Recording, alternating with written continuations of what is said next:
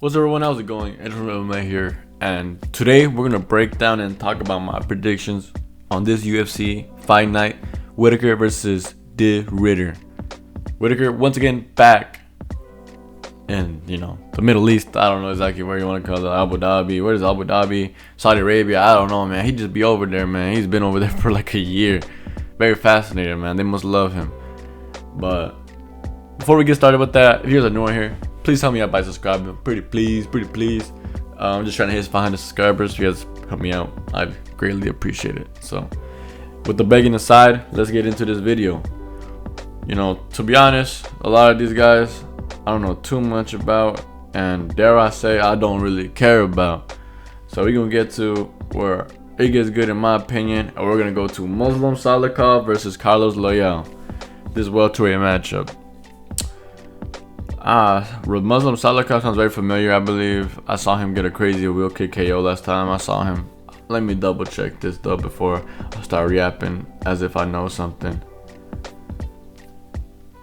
And I was right. He did get a crazy wheel kick KO. I believe it was a wheel kick KO. It's some type of crazy spinning kick KO he got. Phenomenal.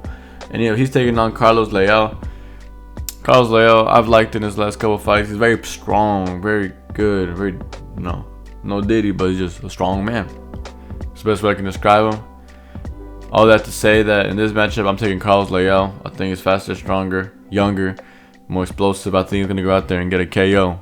Maybe round 1 or round 2 at the latest. I think he's coming into his own. I forget how old he is, but he's been looking very good. Besides his robbery against Reinier de Ridder,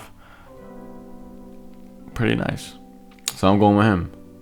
And the last fight on the prelims here, we have Bryce Mitchell versus Said Nurmagomedov. Bryce Mitchell, decided to hop out of featherweight and see what we can do at bantamweight. We're gonna test stuff against Said Nurmagomedov, and well, this is low-key a winnable matchup for Bryce, man. Said is pretty decent, but one of the more beatable Nurmagomedovs on the roster.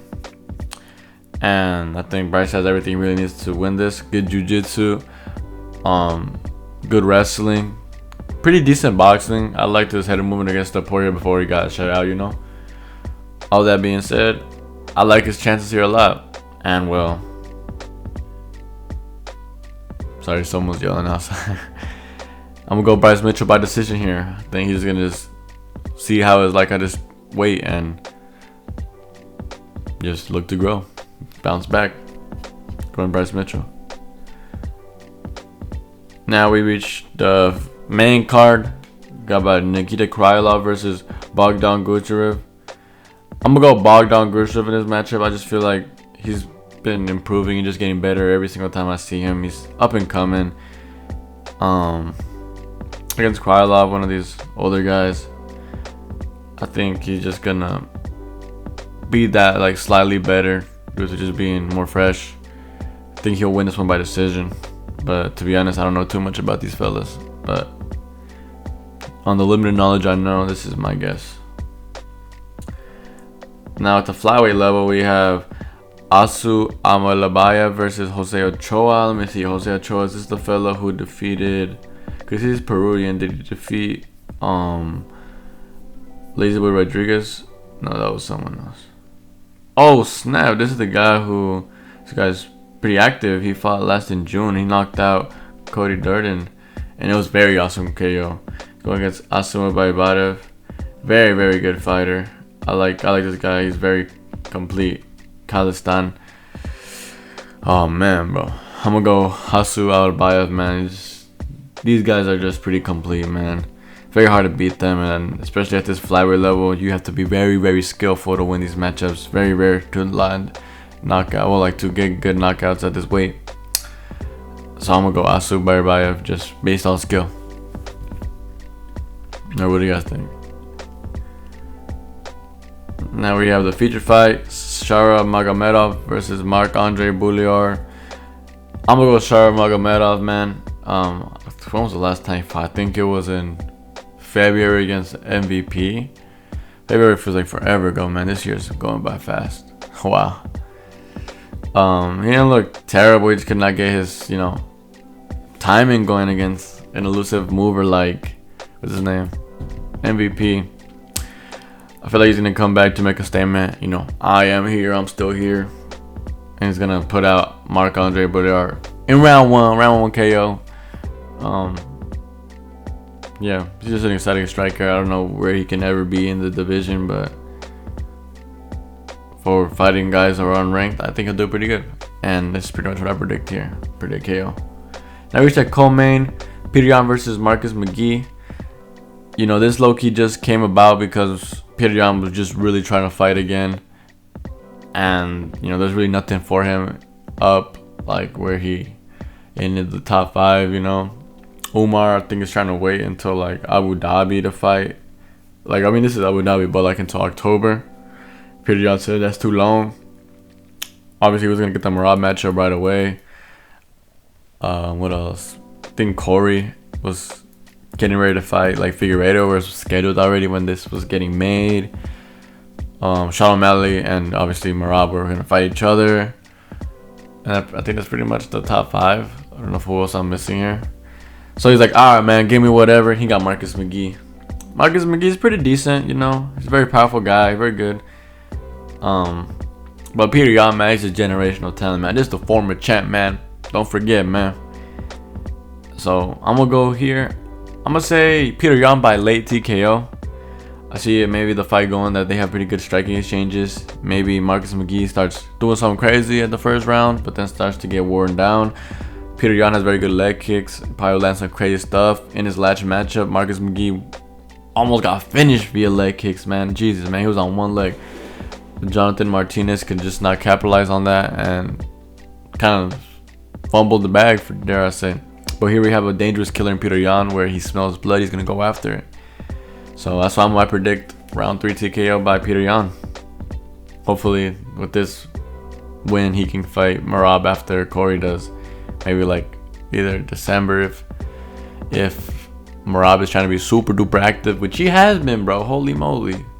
January, June, October. Phenomenal, bro. We love to see him, man. It feels like the days of Volkanovski and Adesanya fighting like every 2 months. Sensational. And now we got the main event, Reinier de Ridder versus Robert Whittaker. Reinier de Ridder, former, I think he's the triple weight champion in ONE FC. Kind of crazy. I think that's him, right?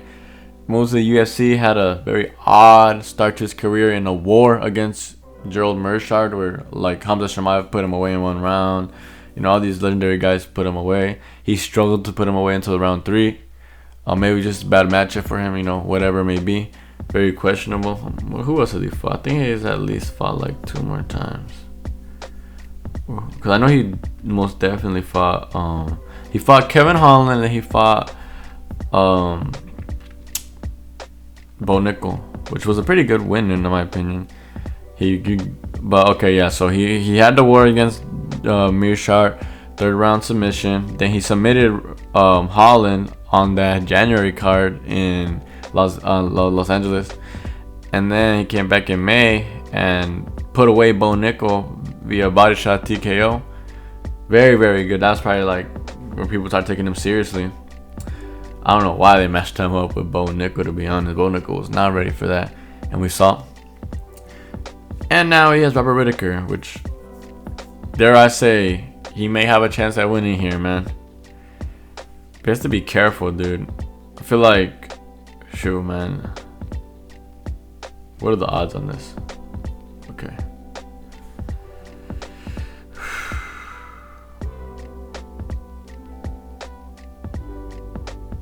I'm like analyzing it at the financial level. But in all honesty, I'm listening to my heart right now, and I see Reinier de Ridder winning via Robert Whittaker choke.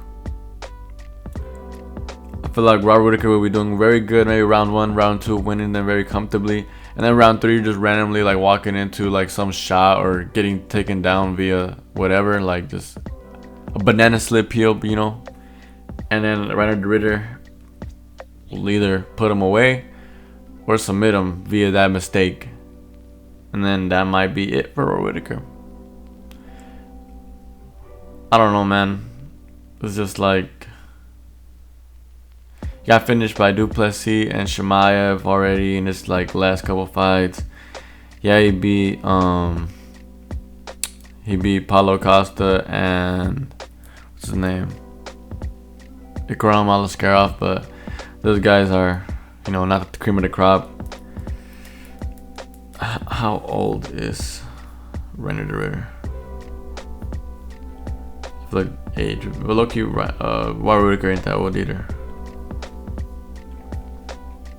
Does it say on his bio? 34. Oh, they're both the same age. I guess that don't really matter. But I don't know, man. That's just how I kind of feel. I just feel like Reinier de Ridder just gonna win via like Robert Whittaker messing up. His chin is low key gone. It's really gone. Chimaev took his chin, like literally. And I just, it's kind of like Duplessis, where it's just like, how is he gonna win? But he does. I just kind of feel like bro is gonna move here. And if Robert Whittaker wins, I'll just be happy. Very odd predictions for me, I ain't gonna lie. My bad, gang. I just like to have fun. If you guys are new here, be sure to subscribe. Catch you guys in the next one. Subscribe. Bye bye. Peace.